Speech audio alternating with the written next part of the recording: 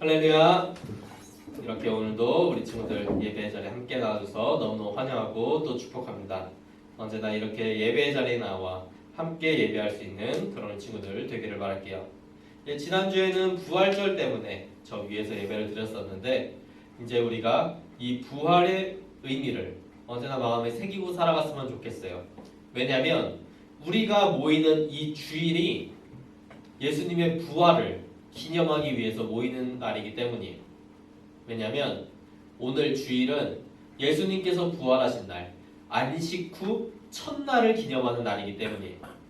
그래서 우리가 보게 되면 원래 안식일은 토요일인데 우리가 그날 예배드리는 게 아니고 주일날 모이는 것도 다 안식 후 첫날에 예수님께서 부활하셨기 때문이에요.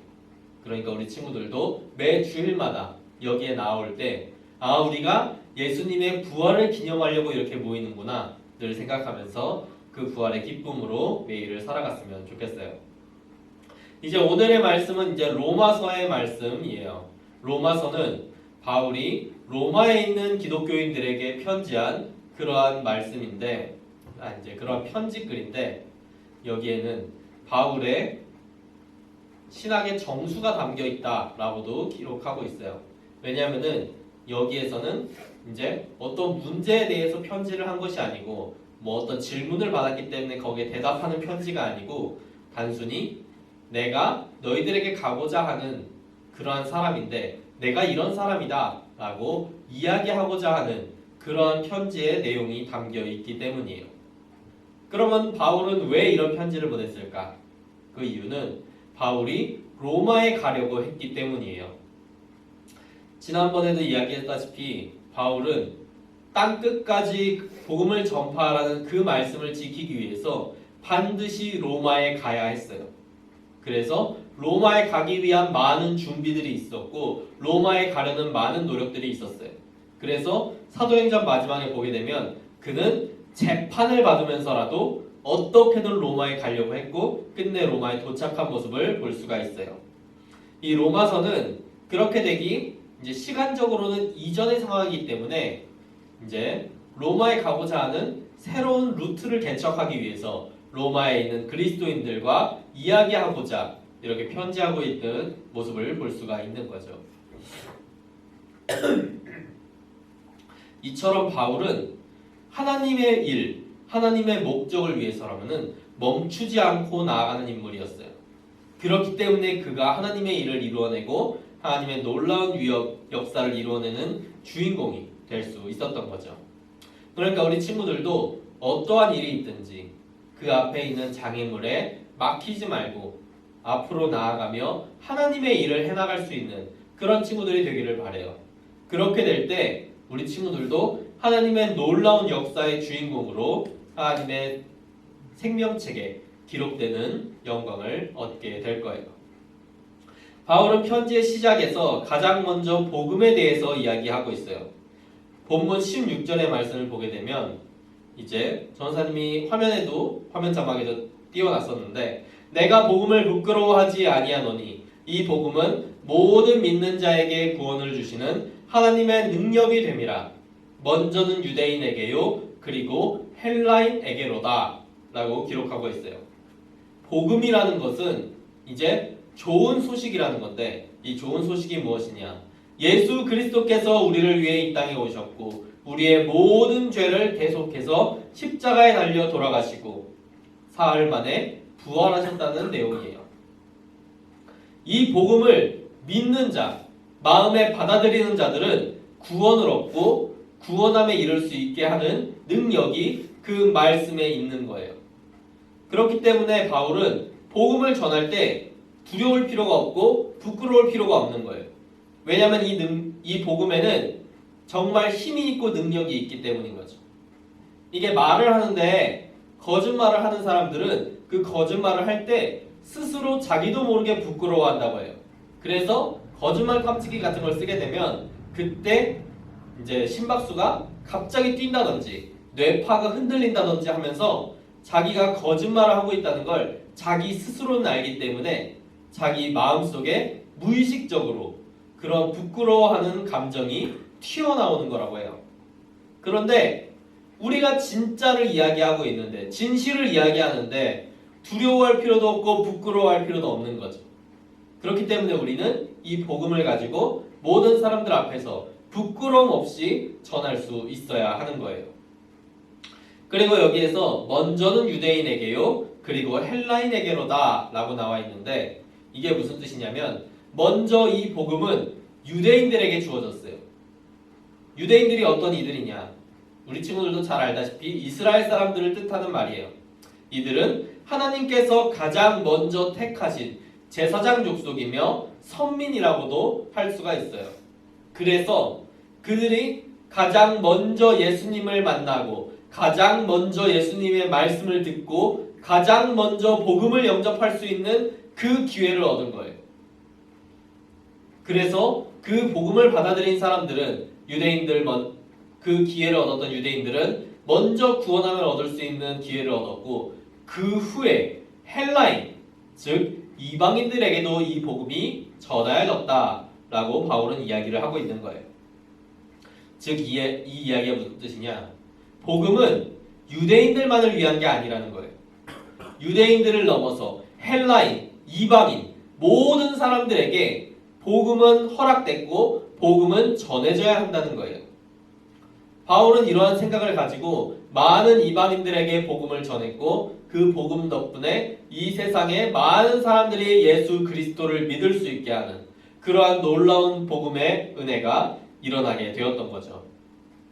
우리 친구들도 이런 복음의 허락을 받았기 때문에 지금 여기 나와서 말씀을 들을 수가 있는 거예요. 이게 이스라엘 사람들한테만 허락됐다, 그럼 우리는 지금 여기 있을 필요가 없는 거예요. 우리한테 복음이 허락되지 않았는데 우리가 여기서 이러고 있으면 무슨 의미가 있겠어요? 하지만 하나님께서는 우리에게도 복음을 허락하셨고 그 복음을 믿는 자를 구원하시겠다 말씀하셨기 때문에 우리는 여기에서 이 말씀을 들을 수가 있는 거죠. 그리고 그 말씀에 허락받은 사람들은 우리뿐만이 아니고 지금 밖에서 살아가고 있는 사람들, 교회 안 다니고 있는 사람들에게도 똑같이 허락됐어요. 그 사람들도 언제든지 믿고 돌아오면 이제 이 안에서 함께 복음을 받을 수가 있는 거죠. 그래서 이제 전도사님이 지난주에 같이 나가서 전도해보자 했던 건데 우리 친구들 다 도망갔어요. 전도사님 다 기억합니다. 우리 진이 도망갔고, 지환이는 그냥 안 왔고, 다영이는 급해서 갔고, 예싱이는 잤어요. 전도사님 다 기억합니다. 마음에다 새겨놨어요. 우리 이 도망간 친구들 다음에는 이제 그런 전도대회는 끼지 않더라도 다른 친구들에게라든지 우리 친구들의 이제 교회 안 나오는 다른 누군가가 있다면 그 사람에게는 같이 한번 복음을 전할 수 있는 그런 우리 친구들 되기를 바랄게요.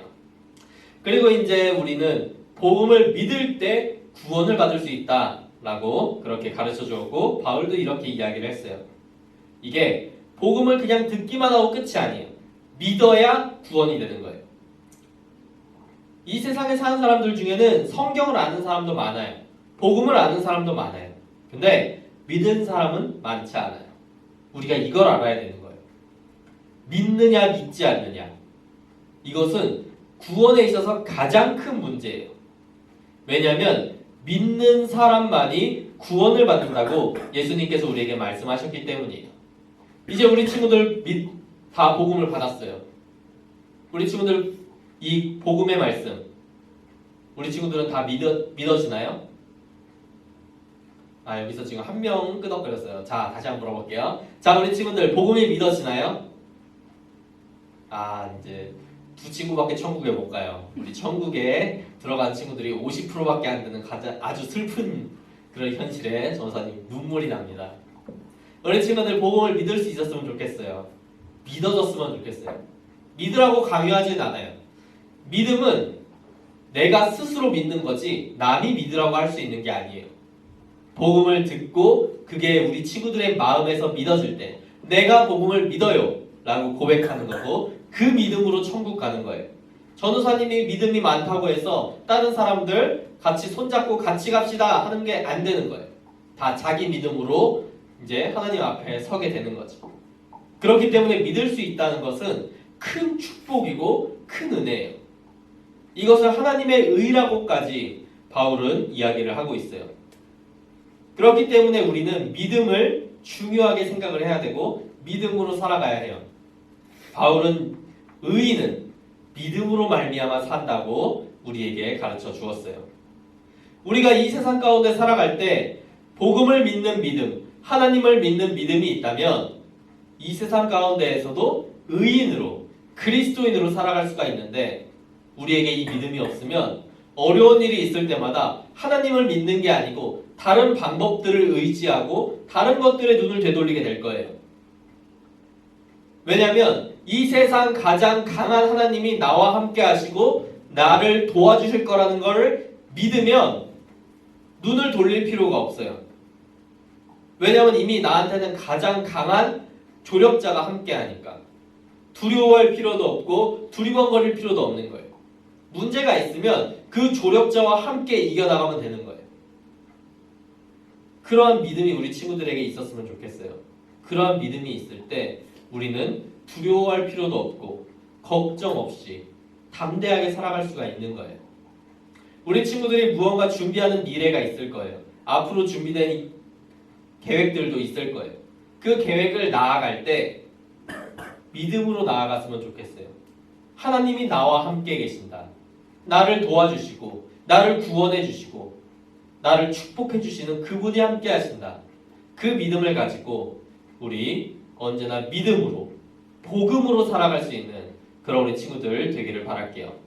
이제 또 새로운 한 주가 시작돼요. 이제 내일부터 또 학교를 가게 되고 이제 우리 다행이가 이야기했던 것처럼 이제 시험도 다가오고 있어요. 곧 있으면은 이제 중간고사고 중간고사 끝나고 좀 있으면 또 기말고사예요. 이제 2개의 시험을 앞두고 있는데 그 시험도 하나님과 함께 기도하며 우리의 최선을 다하며 나아갈 때 우리 친구들이 준비한 만큼 가장 좋은 결과를 하나님께서는 우리 친구들에게 허락해 줄 거예요. 그러니까 언제나 믿음 갖고 하나님과 동행할 수 있는 그런 우리 친구들 되기를 바랄게요. 오늘 전사님이 이제 기도하도록 하겠습니다. 우리 함께 기도하겠습니다.